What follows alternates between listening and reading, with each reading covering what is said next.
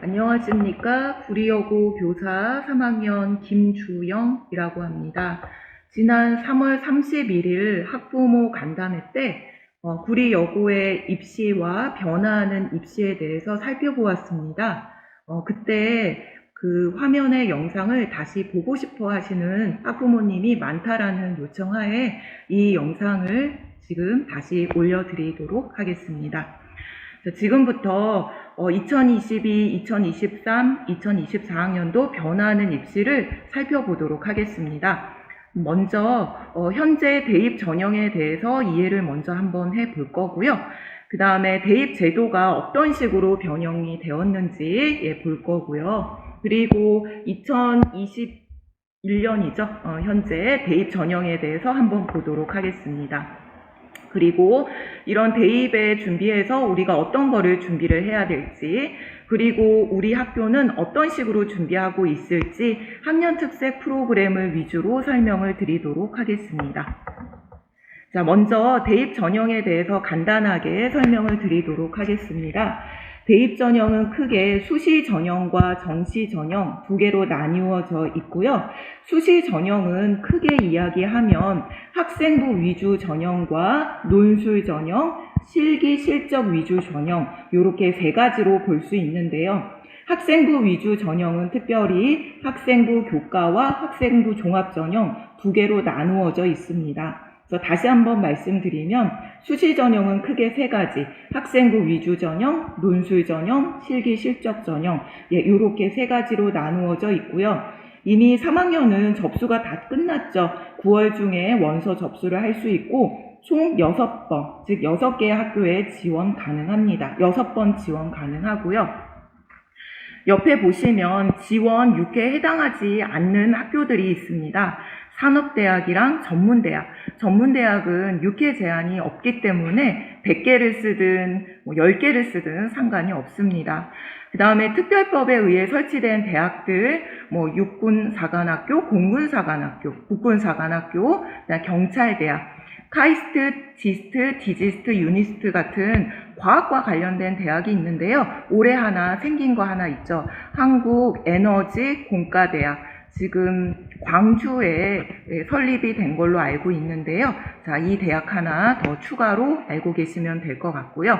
그 다음에 한국예술종합학교, 한국전통문화대학교, 한국폴리테대학교 등은 6회에 들어가지 않습니다.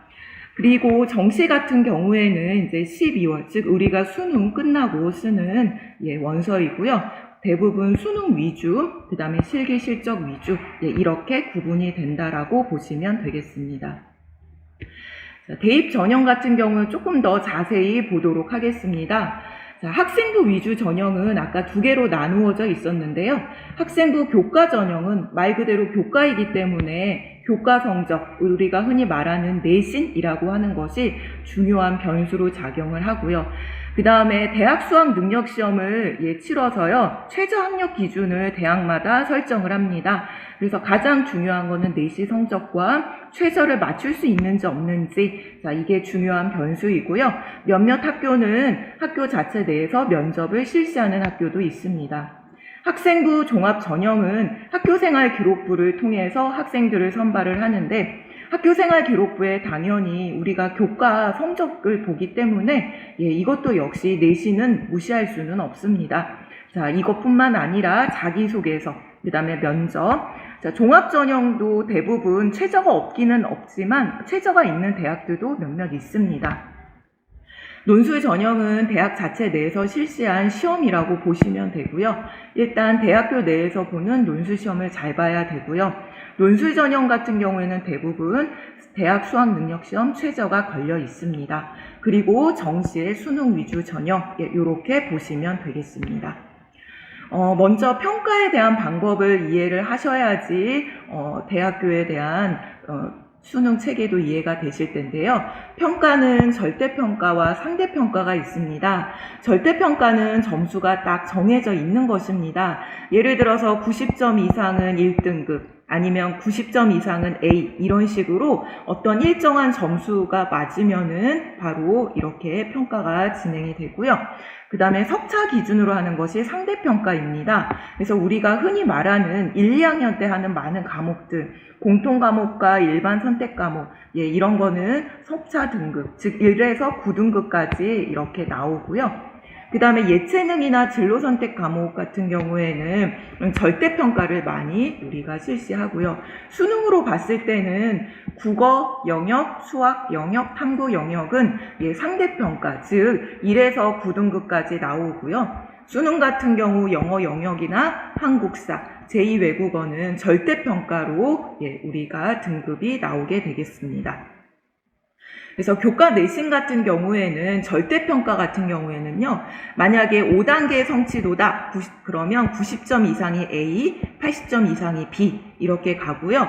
그 다음에 3단계 성취도인 과목 같은 경우에는 80점 이상이 A, 60점 이상이 B 이렇게 가겠습니다.